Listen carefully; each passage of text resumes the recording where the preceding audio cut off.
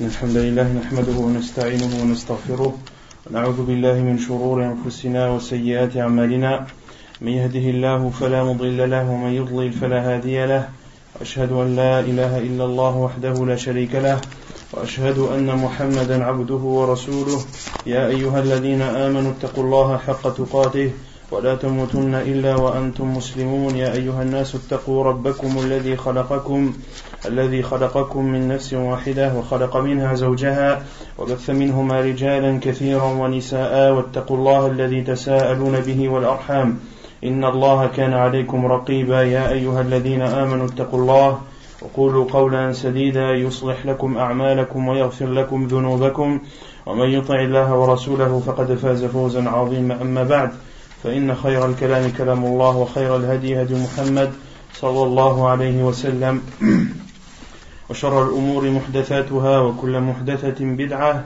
وكل بدعة ضلالة وكل ضلالة في النار أما بعد. Donc nous continuons l'explication du livre Al-Wajiz fi fiqh as-sunnah wal kitab al-aziz. La semaine dernière on avait entamé le livre des ventes. Le terme vente qui signifie en arabe prendre une chose et donner une chose et la prendre. Qu'est-ce qu'on avait dit? On a dit que lorsque tu donnes et lorsque tu prends, en arabe ça s'appelle un bay'. Même si ce que tu prends, tu ne le prends pas pour l'acquérir, même si on te le donne pour que tu le gardes uniquement. D'accord? En arabe ça veut dire donner et prendre. Et en islam, dans la religion, qu'est-ce que signifie vendre? Non? C'est donner un bien pour un bien. C'est donner un bien pour un bien. C'est l'istilah. Non, l'istilah. D'accord, c'est l'intention de dire je te donne un bien que tu possèdes. Que tu possèdes en fait. Mais comment est-ce qu'on avait défini la transaction de la vente en islam? Naam. Naam. Donner un bien et recevoir un bien. Naam. L'intention de garder ce bien. Naam. Formalisant avec soit une parole ou un acte. Naam. Taïd. Ahsant. Donc, à la vente en islam, c'est donner quelque chose, donner un bien, en retour d'un autre bien, ou ça peut être de l'argent, d'accord,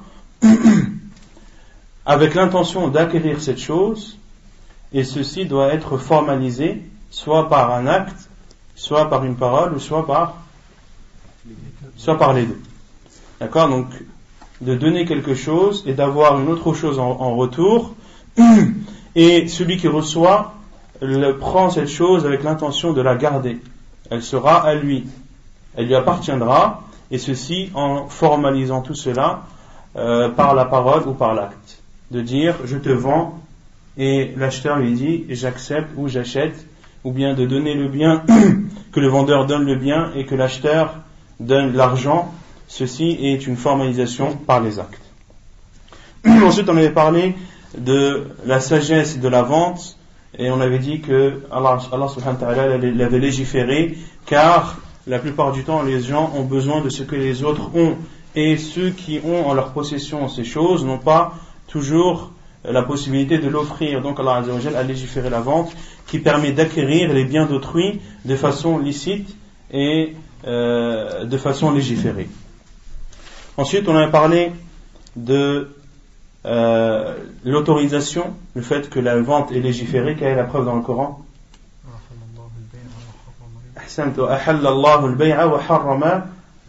Allah a autorisé la vente et a interdit l'usure, al-riba. Et dans la sunna du prophète sallallahu alayhi wa sallam,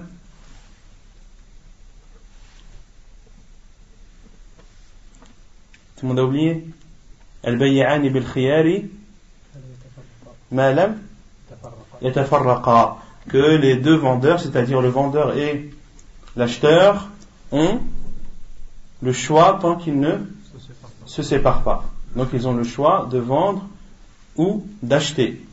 Donc ceci est une preuve dans la sunna du prophète sallallahu alayhi wa sallam qui prouve l'autorisation de cela, et il y a également l'unanimité des savants de l'islam sur l'autorisation de vendre. Ensuite, on a parlé des hadiths qui encouragent le musulman à subvenir lui-même à ses besoins et à travailler en conséquence. Et on avait cité le hadith du prophète sallallahu alayhi wa sallam que la meilleure chose que puisse manger un musulman, c'est ce qu'il mange de l'argent de ses mains. Donc c'est ce qu'il mange du travail de ses mains, de ce qu'il a pu payer suite au travail de ses mains. Et on avait, le prophète sallallahu alayhi wa sallam a dit wa kana Daoud ya'kulu min amali yadih, que Daoud alayhi salam mangeait du travail de ses mains,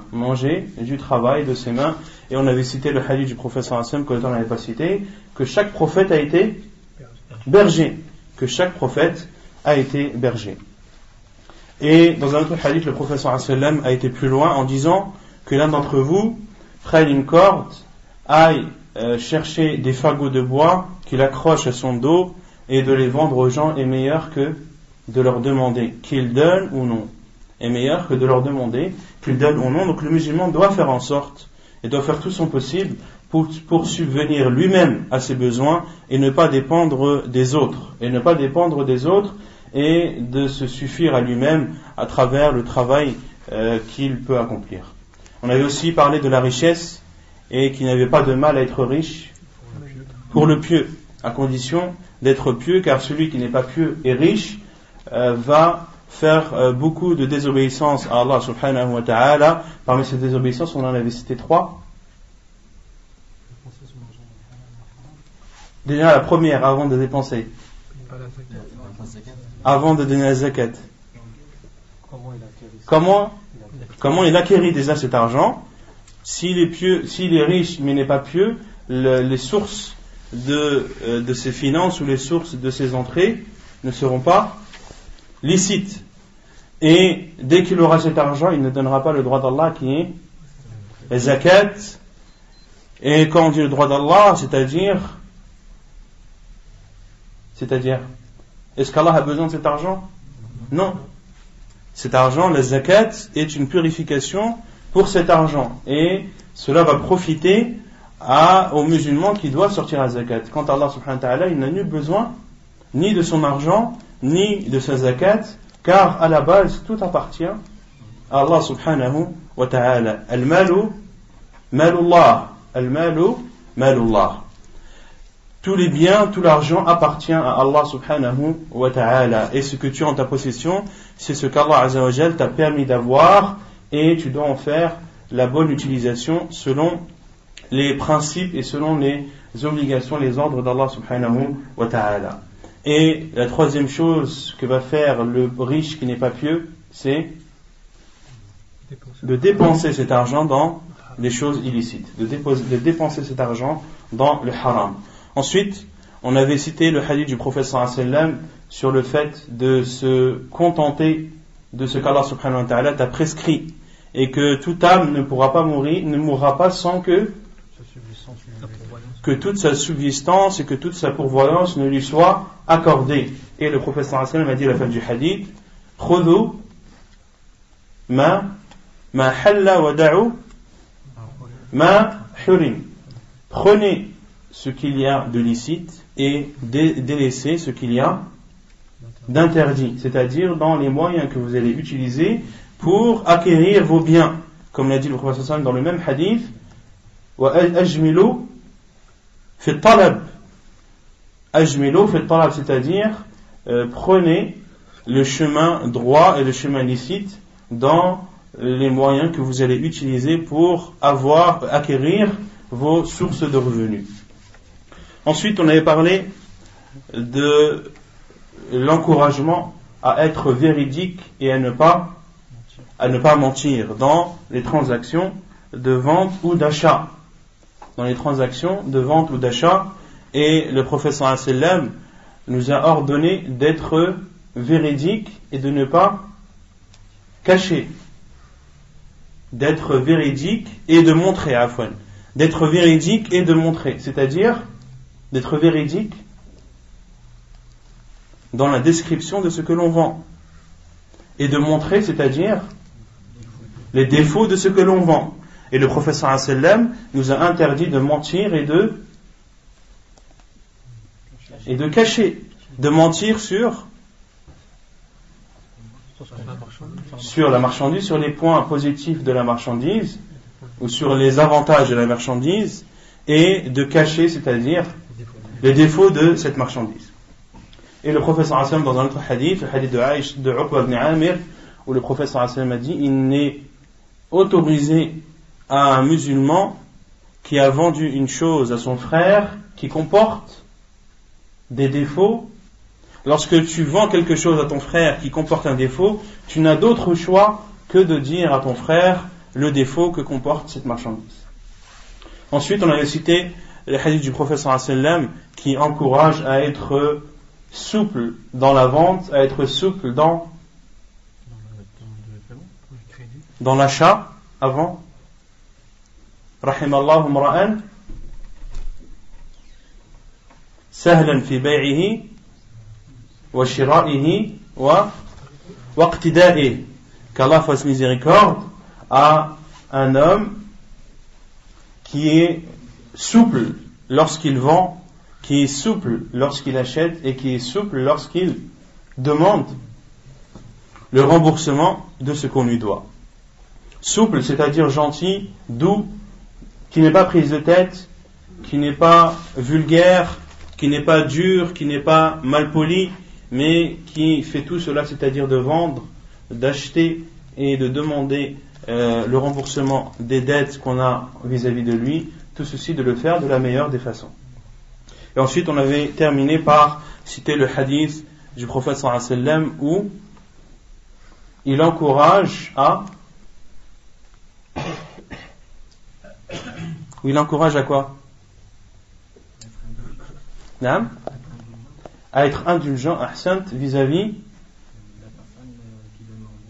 de la personne qui donne au rembourser mais qui est en difficulté. Le prophète sallallahu alayhi wa sallam nous a cité la parole ou le fait qui est arrivé à un commerçant qui disait à ses enfants, lorsque un tel vient et que vous lui demandez le remboursement, pardonnez-lui, en espérant qu'Allah subhanahu wa ta'ala nous pardonne. Et le prophète sallallahu alayhi wa sallam a dit fatajawazallahu anhu, et Allah azza wa jal lui a pardonné et a été doux envers cette personne, envers ce commerçant. Taïb. Une chose qu'on avait oublié de citer la semaine dernière et que n'avait pas cité l'auteur, ce sont les conditions de la vente. Ce sont des conditions qui sont importantes et que tout commerçant doit connaître. Et ces conditions, je les ai prises de la parole elles sont issues de la parole de Cheikh Ibn Uthaymin rahimahullah ta'ala. Donc les conditions de la vente sont au nombre de 7. Les conditions de la vente sont au nombre de 7. Ash-shartul awwal at-taradi. La première condition dans la vente, c'est le consentement mutuel à la fois du vendeur et à la fois de l'acheteur. Et la parole, la preuve dans le Coran est la parole d'Allah subhanahu wa ta'ala lorsqu'il dit Ya ayyuhalladhina amanu la ta'kulu amwalakum baynakum bil batil illa an takuna tijaratan an taradim minkum.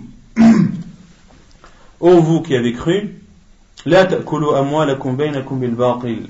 Ne mangez pas ou n'utilisez pas les biens entre vous dans le mal et de façon injuste.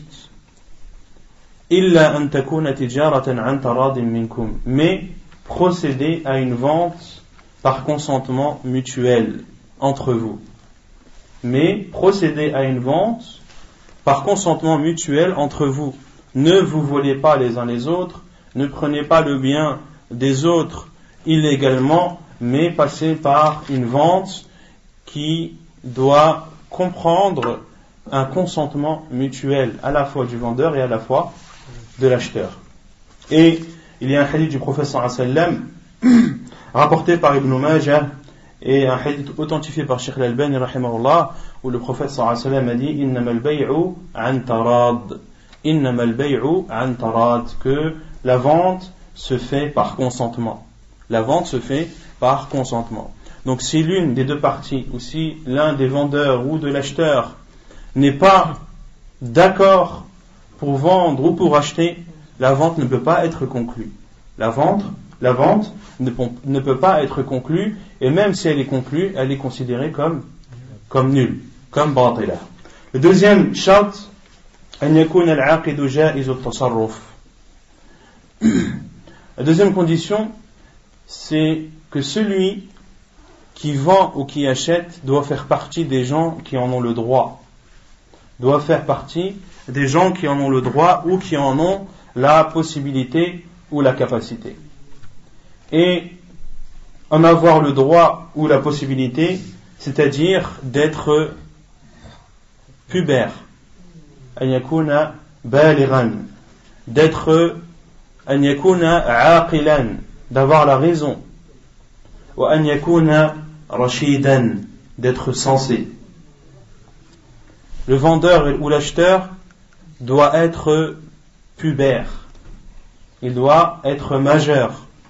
Et la majorité en islam, soit elle apparaît par les signes qui sont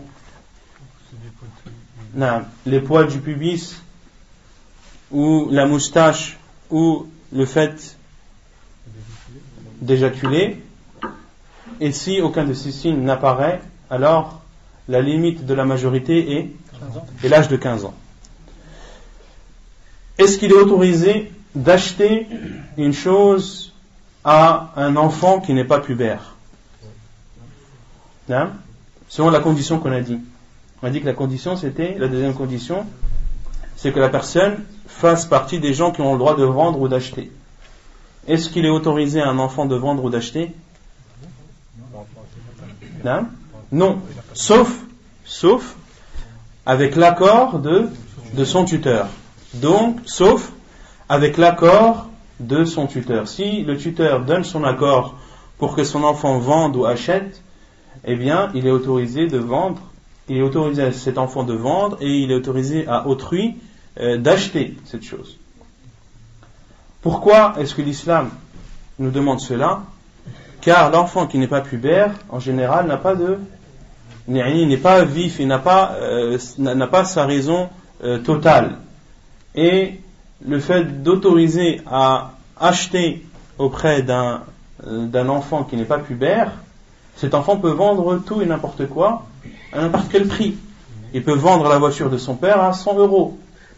D'accord? Et ensuite, quand son père viendra te voir pour que tu lui rendes la voiture, tu dis, écoute, moi c'est ton fils qui me l'a vendu. Mon fils il a 8 ans. Il me l'a vendu. On est d'accord tous les deux. Non. Il faut l'accord du tuteur. La deuxième condition également, dans la deuxième condition entre également le fait d'avoir la raison. C'est-à-dire une personne qui est possédée, une possession totale qui fait en sorte que cette personne n'a plus le contrôle d'elle-même, ou bien une personne qui est folle, ou une personne qui a perdu sa raison. Il n'est pas autorisé à cette personne de vendre, il n'est pas autorisé à autre d'acheter de cette personne, sauf si il y a l'accord de son responsable, ou de celui qui est à sa charge. D'accord? Entre également dans ce cas de figure les personnes qui sont âgées. Les personnes âgées qui ont atteint un âge élevé dans lequel leur raison a diminué et ils n'ont plus ce moyen de distinguer le prix en fonction des différentes choses. Donc également il n'est pas autorisé d'acheter à cette personne sauf avec l'accord de ceux qui sont de ceux dont il est à la charge, sauf avec l'accord de ceux dont il est à la charge. Et entre également dans ce cas celui qui n'est pas censé, c'est-à-dire celui qui vend à perte et celui qui achète hors de prix. Et celui qui achète hors de prix, il est insensé. Il ne sait pas ce qu'il fait et s'enfonce de plus en plus. Il n'est pas autorisé d'acheter ni de vendre à cette personne. Tu n'as pas le droit de vendre, je ne sais pas moi, une montre qui vaut 30 € à 100 000 € pour une personne qui accepte de l'acheter à ce prix-là, sachant que cette personne est insensée. Il faut vraiment être fou pour acheter une montre qui vaut 10 euros et l'acheter à 100 000 euros. D'accord? Également, si quelqu'un te vend sa maison à 10 euros et qu'il est connu pour être insensé, est-ce que tu as le droit de lui acheter? Non. Tu n'as pas le droit de lui acheter sauf avec l'accord de son responsable ou de celui dont il est à la charge. On a cité les deux premières conditions qui sont de la vente ou de l'achat. La première qui est le consentement et la seconde qui est que la personne qui vend ou qui achète doit faire partie des personnes qui ont la capacité ou qui ont le droit de vendre ou d'acheter. والشرط الثالث أن تكون العين مباحة النفع أن تكون العين مباحة النفع. C'est-à-dire que la troisième condition, c'est que la chose que tu vends doit être licite à l'utilisation. Que la chose que tu vends ou que tu achètes doit être licite à l'utilisation. Et je pense que la preuve de cela est claire et évidente. الشرط الرابع أن يكون من المالك أو من يقوم مقامه. Quatrième condition pour la vente, c'est que la vente doit émaner de celui qui possède ou bien de celui qui l'a légué. Que la vente doit être faite par celui qui possède le bien ou par celui qui a été légué par le propriétaire ou le possesseur de ce bien. Donc tu n'as pas le droit de vendre quelque chose qui ne t'appartient pas si tu n'as pas l'autorisation de son propriétaire et de son possesseur. Et la vente qui est conclue dans ce cas-là, dans le cas où tu vends ce qui ne t'appartient pas sans son autorisation, la vente elle est batila, elle est nulle. الشرط الخامس أن يكون مقدورا على تسليمه. La cinquième condition, c'est que la chose que tu vends, que tu as la possibilité de la donner. Tu n'as pas le droit de vendre. Les savants donnent ici l'exemple de Ash-Sharid. Ash-Sharid, c'est le chameau ou la chamelle qui s'est sauvée.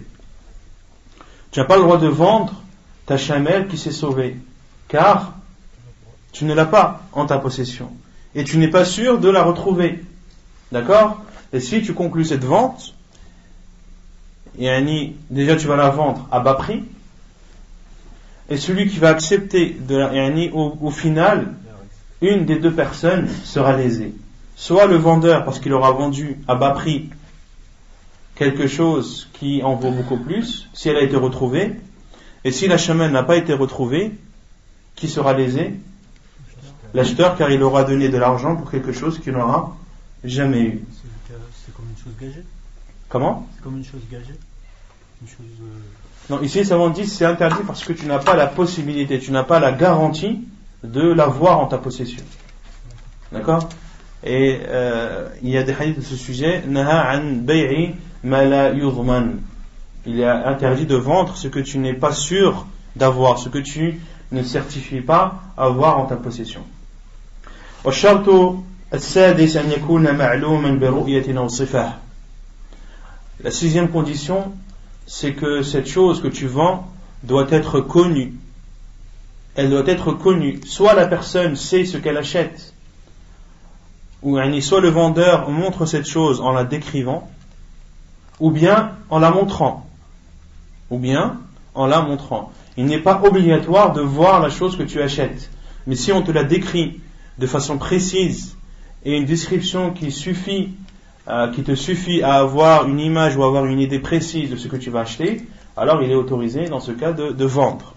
Mais tu n'as pas le droit de vendre une chose qu'on ne t'a ni décrite et que tu n'as pas vue. D'accord? والشرط السابع أن يكون الثمن معلوما. Et la septième condition, c'est que le prix soit fixé. Tu n'as pas le droit de te mettre d'accord sur une vente. Ok, je te vends telle chose, je te vends telle voiture, tel modèle, telle année. T'acceptes? Oui. Ok, la vente elle est conclue. Et au moment de l'achat, je te la vends 20 000 euros. Là, la vente elle est nulle. Pourquoi? Car le prix n'a pas été fixé auparavant. Donc ce sont les 7 conditions de validité d'une vente. Non? C'est parmi la vente aux enchères. On va en parler, Inch'Allah. Mais la vente aux enchères, elle est autorisée. Elle est autorisée à condition qu'il n'y ait pas de triche et d'escroquerie. Non. Donc les 7 conditions, la première c'est le consentement. La seconde c'est que la vente doit être faite d'une personne qui en a la capacité et qui en a le droit. La troisième condition qui est le fait que cette chose doit être licite. Ce que tu vends doit être licite. La quatrième chose, c'est que la vente doit émaner ou doit provenir du propriétaire ou de celui qui l'a légué. La cinquième, c'est que la chose que tu vends, tu aies la possibilité de la livrer et de la donner à son acheteur. La sixième condition, c'est que cette chose doit être définie, soit décrite, soit vue. La chose que tu vends doit être soit décrite ou soit vue. Et la septième condition, c'est que le prix doit être fixé auparavant. On continue la lecture du livre Al-Wajiz. يقول المؤلف النهي عن الغش عن أبي هريرة قال مر رسول الله صلى الله عليه وسلم برجل يبيع طعاما فأدخل يده فيه فإذا هو مغشوش فقال رسول الله صلى الله عليه وسلم ليس منا من غش حديث صحيح رواه ابن ماجه وأبو داود والترمذي ومسلم. Le chapitre de l'interdiction de tricher, de l'interdiction de la tricherie. Selon Abu Huraira radiyallahu anhu, il dit, le prophète sallallahu alayhi wa sallam est passé à proximité d'un homme qui vendait de la nourriture. Et le prophète sallallahu alayhi wa sallam a entré sa main dans cette nourriture et a vu que c'était une chose trompée ou que le vendeur dupait les gens à travers cette nourriture. فقال رسول الله صلى الله عليه وسلم, et le prophète sallallahu alayhi wa sallam a dit, ليس منا, ne fait pas partie de nous celui qui triche. Donc ce hadith était rapporté par At-Tirmidhi, Ibn Majah, Abu Daoud et Muslim, et dans une version d'Abu Daoud il y a beaucoup plus de détails sur ce fait qui est arrivé au prophète sallallahu alayhi wa sallam. Dans la version d'Abu Daoud, le prophète sallallahu alayhi wa sallam est passé à proximité d'un homme. Les versions elles donnent plus elles ne sont pas contradictoires, mais les versions les unes des autres apportent un plus d'informations. Et dans la version d'Abu Daoud, il y a beaucoup plus d'informations, et il a été dit dans cette version authentique que le prophète sallallahu alayhi wa sallam est passé à proximité d'un homme qui vendait de la nourriture. Et le prophète sallallahu alayhi wa sallam lui a demandé comment est-ce que tu vends ta nourriture. Et l'homme il lui a décrit la façon dans laquelle il vendait cette nourriture. Et dans cette version, il a été révélé au prophète sallallahu alayhi wa sallam an adkhil yadaka fi at-ta'am. Il a été révélé au prophète sallallahu alayhi wa sallam d'entrer entre ta main dans cette nourriture. Et le prophète sallallahu alayhi wa sallam a entré sa main dans cette nourriture et a vu que le dessous était humide. Le dessous était humide. Et le prophète sallallahu alayhi wa sallam lui a dit, qu'est-ce que ceci? Et l'homme a répondu, c'est l'eau de la pluie. Et le prophète sallallahu alayhi wa sallam lui a dit, pourquoi ne l'as-tu pas placé en haut? Pourquoi ne l'as-tu pas placé en haut afin que les gens le voient? Et le prophète sallallahu alayhi wa sallam a dit, laysa minna man ghash, ne fait pas partie de nous celui qui triche. Ne fait pas partie de nous celui qui triche. Pourquoi avoir mis la partie de la nourriture qui était bonne et avoir caché celle qui était atteinte par l'eau de la pluie? Ceci est une tricherie.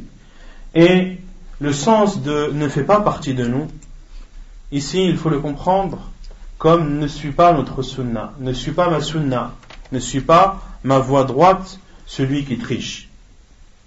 Quelle est la preuve de cela dans le Coran? Quelle est la preuve de cela dans le Coran? Si quelqu'un vous dit non, celui qui triche ne fait pas partie de la communauté des musulmans, ce n'est pas un musulman, car le professeur Hassan a dit ne fait pas partie des nôtres. Qu'est-ce que vous lui répondez? Non?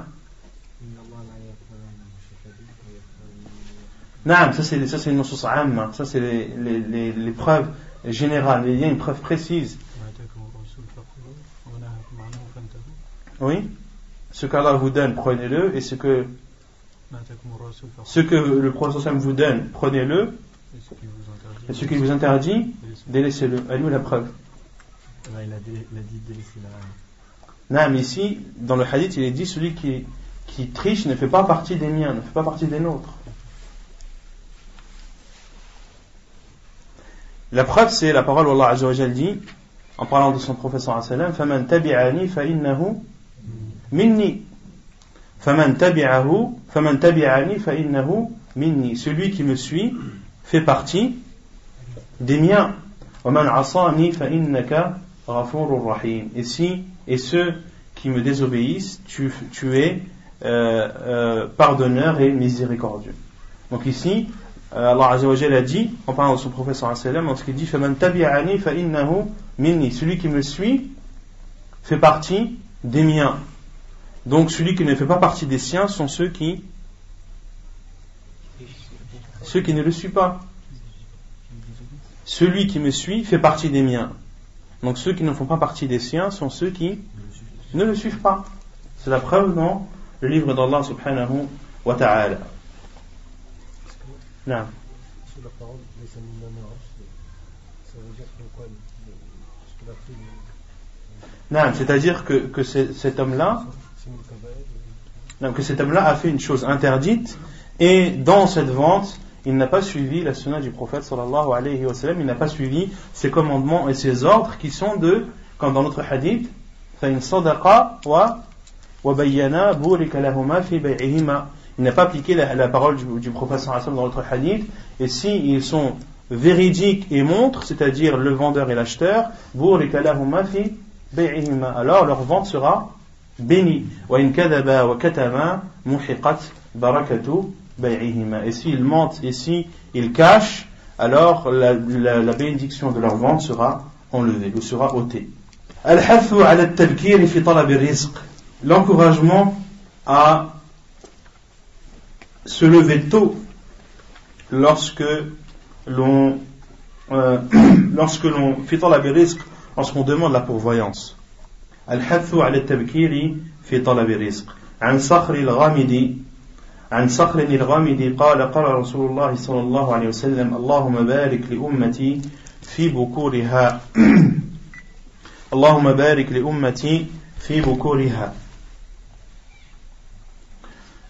Selon Sakhr al-Ghamidi, il dit, le prophète sallallahu alayhi wa sallam a dit, ô Allah, bénis ma communauté dans le début de la journée ou dans le matin.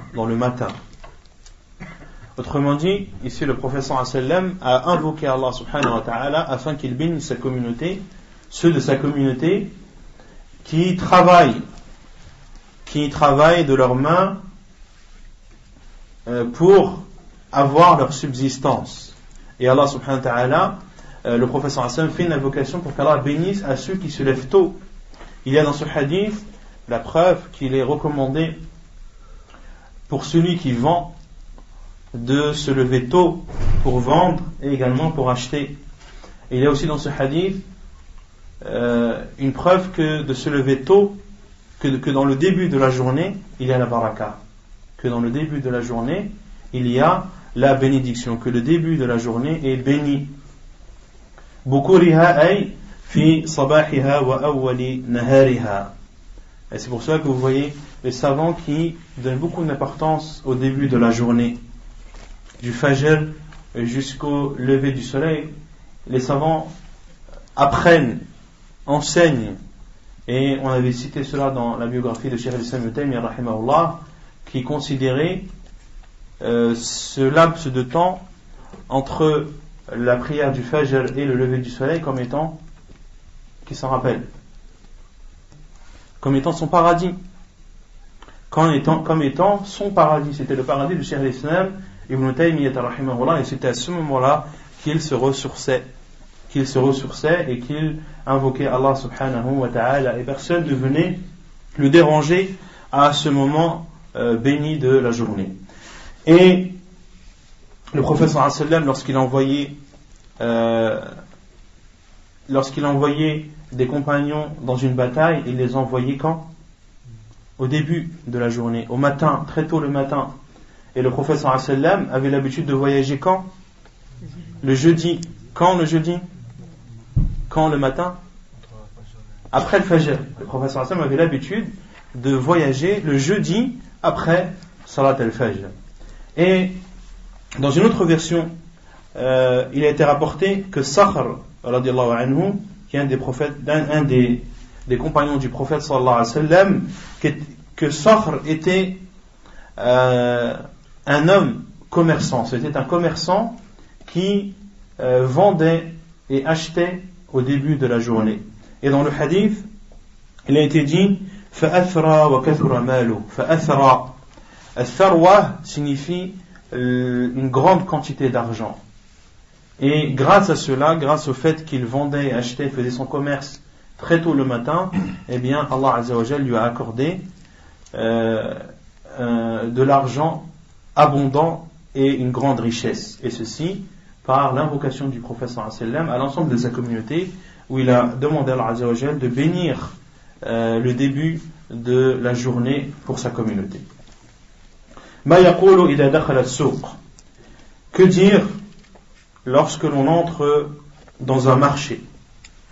عن سالم بن عبد الله بن عمرو عن أبيه عن جده قال قال رسول الله صلى الله عليه وسلم من قال حين يدخل السوق لا إله إلا الله وحده لا شريك له له الملك وله الحمد يحيي ويميت وهو حي لا يموت بيده الخير كله أو كله وهو على كل شيء قدير كتب الله له ألف حسنة ومحى عنه ألف سيئة وبنى له بيتا في الجنة حديث حسن رواه ابن ماجه. Que dire lorsque l'on entre dans un marché? Selon Salim ibn Abdillah ibn Umar, selon son père, selon son grand-père, il rapporte et dit que le prophète sallallahu alayhi wa sallam a dit: celui qui dit lorsqu'il entre dans un marché La ilaha illallah wahdahu la sharika lah, il n'y a de vraie divinité qui ne mérite d'être adorée qu'Allah, sans ne rien de lui associer. Lahul mulku wa lahul hamd, à lui la royauté et à lui la louange. Yuhyi wa yumit, il donne la vie et il donne la mort. Wa huwa hayyun la yamut, et c'est lui le vivant qui ne meurt jamais. Biyadihi al-khayra kullah, biyadihi al-khayra kullah. Entre ses mains, il y a le bien, tout le bien. Wa huwa ala kulli shay'in qadir, et il est capable de toute chose. Celui qui dit cela, kataba Allahu lahu alf hasana. Allah subhanahu wa ta'ala lui écrit ou compte ou lui comptabilise alf hasana. C'est combien alf hasana? 1 million de hasanat. Wa maha anhu alf sayyi'ah, et il lui pardonne 1000, si on traduit 1000 péchés. 1000 c'est-à-dire 1000 fois 1000 qui est 1 million. Wa bana lahu baytan fil jannah, et Allah subhanahu wa ta'ala lui construit une maison au paradis. Dans ce hadith, on voit les milliards de hasanat et les milliards de péchés qui sont passés années sans qu'on puisse en profiter. Non. C'est que sur le marché, le marché ou le supermarché, ou partout où il y a les endroits où l'on vend et où l'on achète. Centre commercial? Non, un centre commercial, bien sûr. Un centre commercial, c'est un marché. Le hadith est jugé bon par Cheikh Al-Albani rahimahullah et rapporté par Ibn Majah. Et dans une version de Tirmidhi, il n'y a pas le terme kullah. يعني لا إله إلا الله وحده لا شريك له له الملك وله الحمد يحيي ويميت وهو حي لا يموت بيده الخير. Et dans une autre version بيده الخير كله وهو على كل شيء قدير. Tu as le droit de dire les deux. Tu as le droit de dire بيده الخير كله ou بيده الخير وهو على كل شيء قدير. Et la récompense est 1 million de hasanat, 1 million de péchés effacés et une maison construite au paradis. وأحل الله البيع وحرم الربا وأحل الله البيع. Le chapitre, Allah subhanahu wa ta'ala a autorisé la vente. والأصل جواز بيع كل شيء على أي نحو كان البيع ما دام عن تراض من المتبايعين ما لم ينهى الشارع. la base, c'est l'autorisation de vendre toute chose, quelle que soit la vente, tant qu'il y a le consentement entre le vendeur et l'acheteur, tant que l'islam ne l'interdit pas, tant que l'islam ne vient pas interdire. Donc la base, c'est que tu as le droit de vendre toute chose, de la vendre comme tu veux, à condition qu'il y ait le consentement entre le vendeur et l'acheteur, et tant que cela n'est pas interdit par la religion. Autrement dit, si tu as fait une transaction et qu'on te dit cette transaction est interdite, qui doit porter la preuve? Celui qui dit que c'est interdit. Car la base, c'est que cela est autorisé. Quelle est la preuve que cela est autorisé? Allah subhanahu wa ta'ala a autorisé la vente, toute la vente, quelle que soit cette vente, et Allah subhanahu wa ta'ala a parlé du consentement dans le Coran. C'est pour ça que l'auteur a dit, tant qu'il y a un consentement entre le vendeur et l'acheteur, car Allah subhanahu wa ta'ala a dit illa an takuna tijaratan an taradin minkum, mais procéder à une vente qui comporte un consentement mutuel entre vous. Donc de vendre avec le consentement suffit pour que cela soit autorisé, à condition, tant que l'islam ne vient pas l'interdire. Donc si quelqu'un t'interdit une transaction, t'interdit quelque chose concernant la vente, il doit apporter sa preuve. Il doit apporter sa preuve, et s'il apporte sa preuve et que cela est fondé, alors la personne doit s'abstenir de recommencer une nouvelle fois. Ma naha anhu shari'u min al-buyu'. Chapitre de ce que l'islam a interdit comme vente. أولا بيع الغرر. بيع الغرر وهو كل بيع احتوى جهالة أو تضمن مخاطرة أو قمارا. وهو كل بيع احتوى جهالة أو تضمن مخاطرة أو قمارا. La première vente qui est interdite, c'est la vente de l'aléatoire. Qu'est-ce que la vente de l'aléatoire? Qu'est-ce que l'aléatoire? Qu'est-ce que ça veut dire aléatoire? Non? Quelque chose qui change, qui n'est pas stable. Quelque chose qui n'est pas stable et qui change sans cesse. Et la définition, c'est toute vente qui comporte des choses inconnues, ou qui comporte des risques ou des périls, ou une chose où il y a du hasard. Une chose où il y a du hasard. La bourse, c'est ça? Non? La bourse. On va en parler, Inch'Allah. La bourse, ça rentre pas dans ça. La bourse ne rentre pas car c'est un investissement que tu fais. C'est un investissement que tu fais. T'achètes des actions. Non? T'achètes des actions. Et les savants disent que pour la bourse, pour acheter des actions en bourse, la condition est que tu sois actionnaire d'une entreprise qui travaille dans le licite, qui vend des choses licites. D'accord? Si tu es actionnaire d'une société dont la fonction est licite, eh bien tu as le droit d'être actionnaire, et le fait d'être actionnaire, c'est un investissement que tu fais. Tu peux perdre comme tu peux gagner. Comme quand tu vends, tu achètes une marchandise, est-ce que tu es sûr de la vendre? Est-ce que tu es sûr, même si tu es sûr de la vendre, est-ce que tu es sûr de la vendre au prix que tu veux? Non. C'est pas ça l'aléatoire? Non, c'est pas ça l'aléatoire. On va parler une chose de ce que c'est l'aléatoire. Kullu bay'in ihtawa jahalatan. Donc c'est toute vente qui comporte quelque chose d'inconnu, ou bien un risque, ou bien quelque chose où il y a du hasard. عن أبي هريرة قال نهى رسول الله صلى الله عليه وسلم عن بيع الحصاة وعن بيع الغرر. La preuve est le hadith d'Abu Huraira radiyallahu anhu qui dit le prophète sallallahu alayhi wa sallam a interdit la vente par la pierre ou la vente par les pierres, وعن بيع الغرر, et la vente de l'aléatoire, et la vente de l'aléatoire. Hadith sahih, hadith authentique rapporté par Muslim, At-Tirmidhi, Abu Dawud, Ibn Majah et An-Nasai. le prophète sallallahu alayhi wa sallam a interdit de vendre par les pierres. Qu'est-ce que cela signifie de vendre par les pierres? Et ici on traduit littéralement Naha Rasulullah sallallahu alayhi wa sallam an bay' al-hasa. Il a interdit de vendre les pierres. Il ne faut pas comprendre ici bay' al-hasa ay lil-hasa, mais al-bay'u min al-hasa. Et de vendre par les pierres, c'est-à-dire par exemple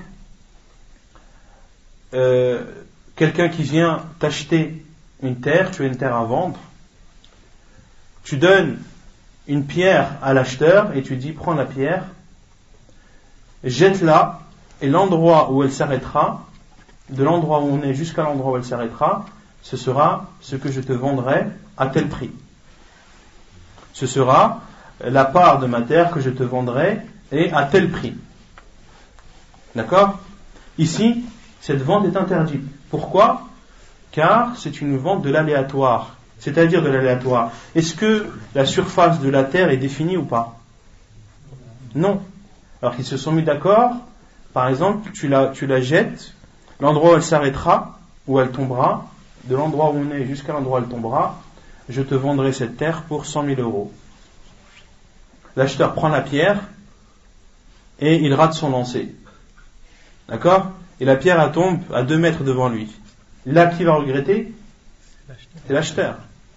Ou bien, l'acheteur prend la pierre et la lance, et masha'Allah, c'était quelqu'un de très fort, un professionnel du lancer, il lance la pierre à 250 mètres. Qui va regretter? Le vendeur. Donc cette vente est interdite, pourquoi? Car elle comporte de l'aléatoire. Elle comporte quelque chose qui n'est pas défini, parce que est-ce que la distance a été définie avant? Non. Donc là, ça comprend quelque chose qui n'est pas connu. Ou bien il y a un risque, ou un péril, un risque que le lancer ne soit pas fait comme prévu, ou qu'il soit fait mieux que prévu. D'accord?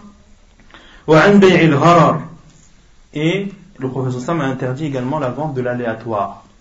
Et ici, la vente par les pierres entre dans la vente de l'aléatoire. D'accord? La vente de la pierre fait partie de la vente de l'aléatoire. Et la vente de l'aléatoire fait partie des chapitres les plus importants dans la vente. Et de ce hadith du professeur Naha an bay' al-gharar en découle énormément de jugements. قال الإمام النووي رحمه الله في شرح مسلم وأما النهي عن بيع الغرر فهو أصل عظيم من أصول كتاب البيوع. Quant à l'interdiction de vendre l'aléatoire, ceci est une base importante des bases du livre des ventes. ولهذا قدمه مسلم ويدخل فيه مسائل كثيرة غير منحصرة. Et c'est pour cela que l'imam Muslim dans son Sahih a cité ce hadith en premier dans le livre des ventes. Et entre dans ce hadith beaucoup de situations qui ne peuvent pas être résumées ou qui ne peuvent pas être réunies par leur grande quantité. كبيع الآبق. Al-Abiq, c'est l'esclave qui s'est sauvé. Yani, à l'époque, il vendait les esclaves entre eux, et Al-Abiq, c'est-à-dire l'esclave qui s'est sauvé, il était interdit pour son maître de le vendre. Pourquoi? Car il n'est pas sûr de le retrouver. Il n'est pas sûr de le retrouver. Wal-Ma'doum, et il est interdit de vendre quelque chose d'inexistant. Il est interdit de vendre quelque chose d'inexistant. Wal-Majhoul, il est interdit de vendre quelque chose qui est inconnu. Il est interdit de vendre quelque chose qui est inconnu. D'accord? Ça peut être inconnu dans la description. Je te vends une voiture. Combien? 30 000 euros. Ok. Quelle voiture, quelle marque, quelle année, combien de kilomètres? C'est quelque chose d'inconnu. Ou bien que le vendeur dit je te vends telle chose et lui dit un nom qu'il ne connaît pas, que l'acheteur ne connaît pas. Il n'en a aucune idée de ce que c'est. Et il accepte la vente. Non. Également, ce que tu ne peux pas donner, ce que tu ne peux pas livrer en tant que vendeur, tu n'as pas le droit de le vendre. Pourquoi? Car il y a un risque de ne pas pouvoir donner ce que tu as vendu. وَمَا لَا يَتِمُّ مُلْكُ الْبَائِعِ عَلَيْهِ et وَمَا لَمْ يَتِمْ مُلْكُ الْبَائِعِ عَلَيْهِ et de vendre ce que tu ne possèdes pas. De vendre ce que tu ne possèdes pas. Car il y a un risque que tu ne puisses pas récupérer cette chose. وَبَيْعِ السَّمَكِ فِي الْمَاءِ الْكَثِيرِ de vendre un poisson dans l'océan. C'est-à-dire par exemple, ou bien un pêcheur vend à un autre, je te vends ce poisson qui est dans la mer. Mais ce poisson, est-ce que tu es sûr de l'attraper? Est-ce que tu es sûr de l'attraper? Est-ce que... Non, tu n'es pas sûr, donc tu n'as pas le droit de le vendre. وَاللَّبَنُ فِي الضَّرْعِ également, il est interdit de vendre le lait dans la mamelle. Il est interdit de vendre le lait dans la mamelle. Car tu n'es pas sûr que la mamelle va donner du lait. Et même si le lait sort, est-ce que tu es sûr que le lait sera celui que tu as vendu? Non. De vendre voilà par exemple un veau qui un petit dans le ventre de sa mère. Tu n'as pas le droit de vendre par exemple un agneau qui n'est pas encore né. Car est-ce que tu es sûr qu'il va vivre? Est-ce que tu es sûr que cet agneau va être mis au monde vivant? Non, donc tu ne le vends pas. وبيع الصبرة مبهما الصبرة هو الطعام المجتمع كالكومة أو كالكومة الصبرة c'est un tas de nourriture qui est empilé. Il y en a par exemple de vendre un tas de dattes. Un tas de dattes par exemple. Tu n'as pas le droit de le vendre car il n'est pas défini. Je te vends le tas de dattes qui est ici. C'est un tas de dattes, combien de dattes il y a, est-ce que ces dattes pèsent, ou bien est-ce qu'elles peuvent être mesurées en sa' ou en moud, etc. Tu n'as pas le droit de vendre le tas comme ça sans donner plus de détails sur sa quantité. وبيع ثوب من أثواب وشاة من شياه ونظائر ذلك ou bien de vendre un vêtement parmi des vêtements ou une brebis parmi des brebis. Également, je n'ai pas le droit de vendre, je te vends tel vêtement parmi tous ces vêtements-là. Ou je te vends telle brebis parmi toutes ces brebis. Non, dis je te vends tel vêtement qui a telle description, d'accord, avec telle taille et tel prix. Mais tu ne dis pas je te vends tel vêtement sans donner plus de détails. Pareil pour la brebis, et tout ce qui est similaire.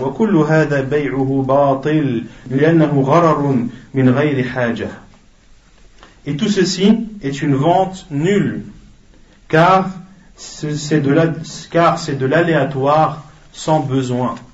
Car c'est quelque chose qui comporte de l'aléatoire qui n'est pas justifié.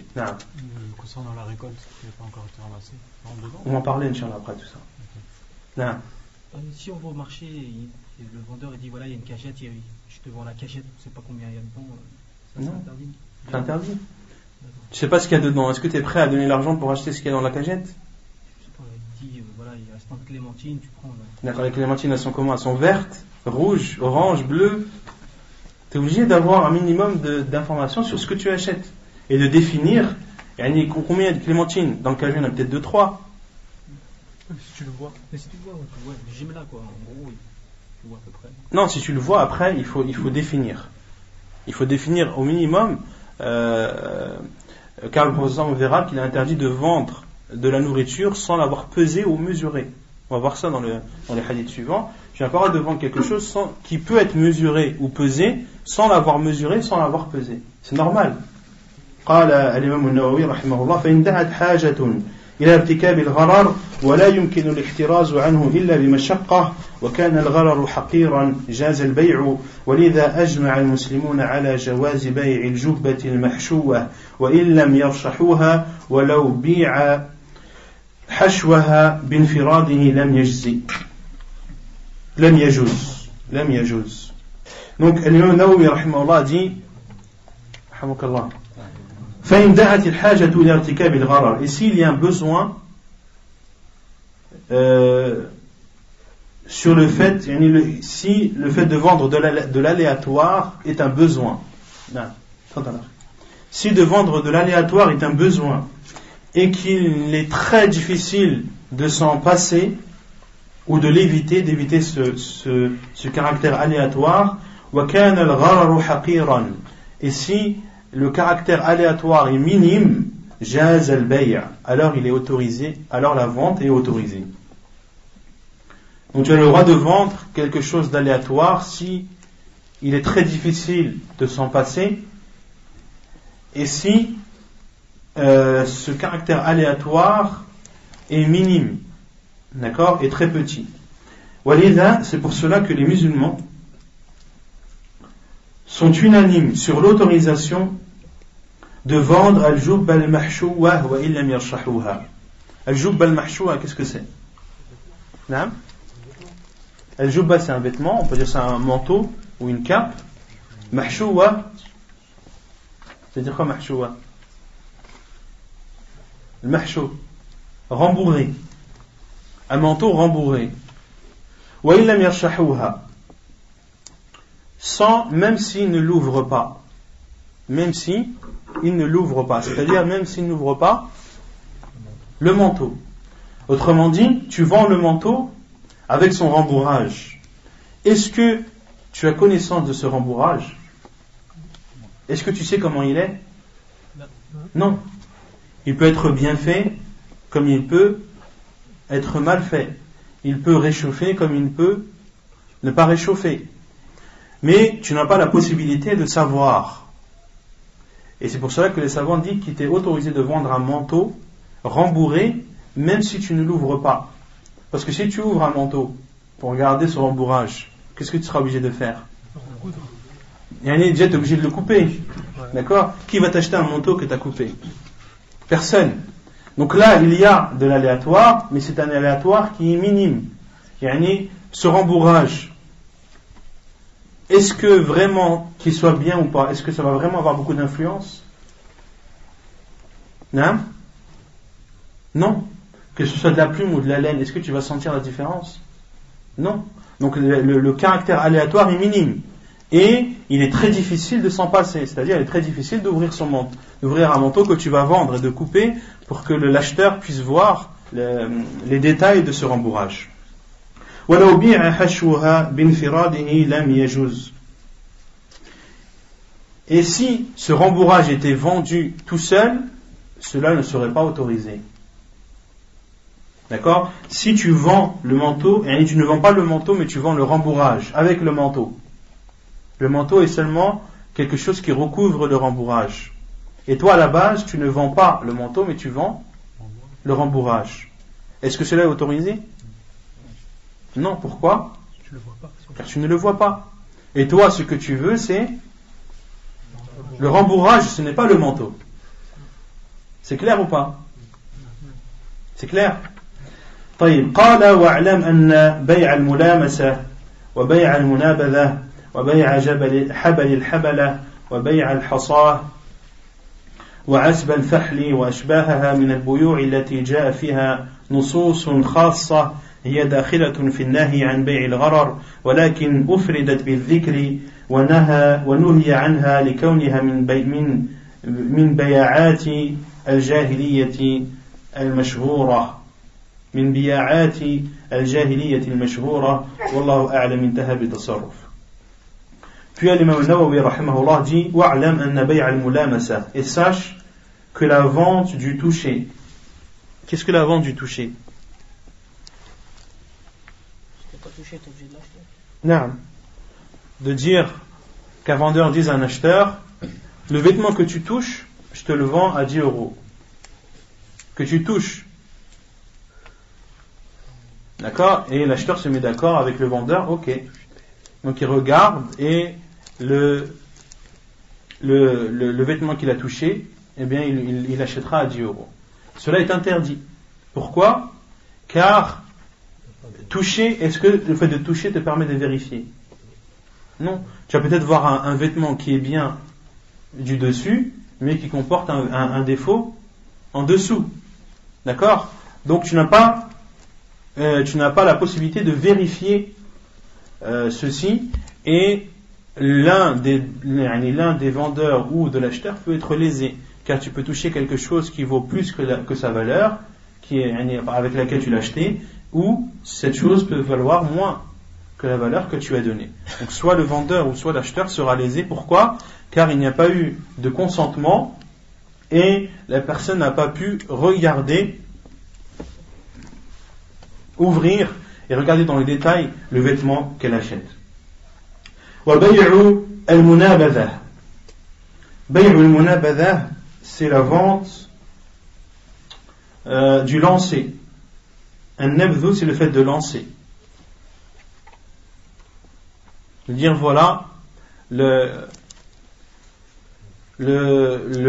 vendeur dit à l'acheteur, le vêtement que tu me lances, il est à toi pour tel prix. Et l'acheteur prend un vêtement et lui lance.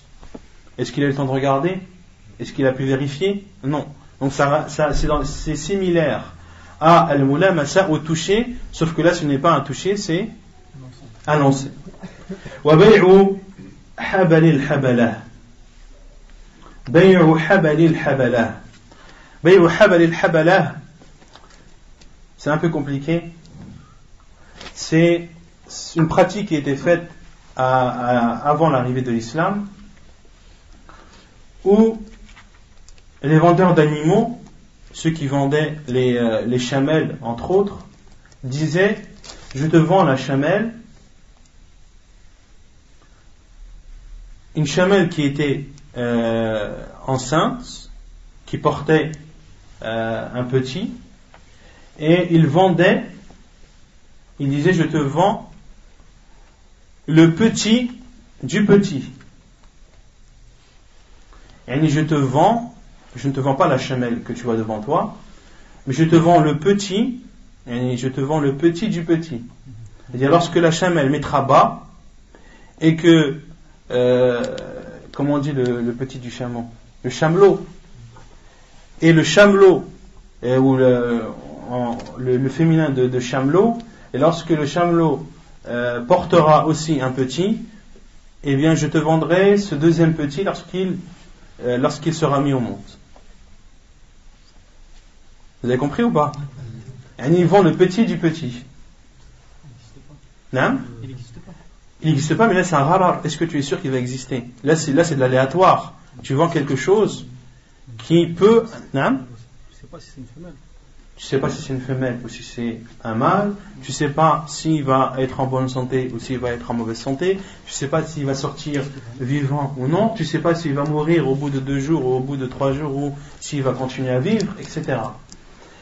Et il y a une deuxième explication de habalul habalah, c'est: je te vends la chamelle jusqu'à ce que le petit du petit soit mis au monde. Et je te vends la chamelle qui a un petit, qui est enceinte, je te la vends jusqu'à ce qu'elle mette bas, puis que ce qu'elle a mis bas soit enceinte, et qu'elle mette bas à son petit. Là on parle de temps. Le premier cas, ici c'est on vend le petit du petit. D'accord?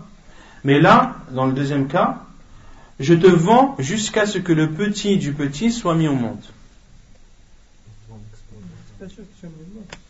Non. Déjà, c'est pas sûr qu'il soit mis au monde, mais là, on vend pour une durée. C'est une vente, on peut dire que c'est une vente. Je te vends pour une durée, et là, pourquoi est-ce que c'est interdit? Car la durée n'est pas définie. La durée n'est pas déterminée. D'accord? Donc ici, c'est l'explication de habalul habalah. Wa bay'ul hasah, et la vente par les pierres. Donc ça, on a expliqué ce que cela voulait dire. Wa asbil fahl. Asbul fahl. Al-fahl, c'est le mâle reproducteur. Al-fahl, c'est le mâle reproducteur. Wa asbul fahli, c'est soit le sperme de ce mâle reproducteur ou bien le fait qu'il monte la femelle. Et ce qui est interdit dans le chapitre de Asbul Fahl, c'est qu'il est interdit de vendre ou de louer un mâle reproducteur. Pourquoi? Car tu n'es pas sûr qu'il va monter la femelle. Et même s'il monte la femelle, est-ce que tu es sûr que de ceci, est-ce que la femelle va porter ou pas? Non. Donc, il est interdit de vendre ou de louer,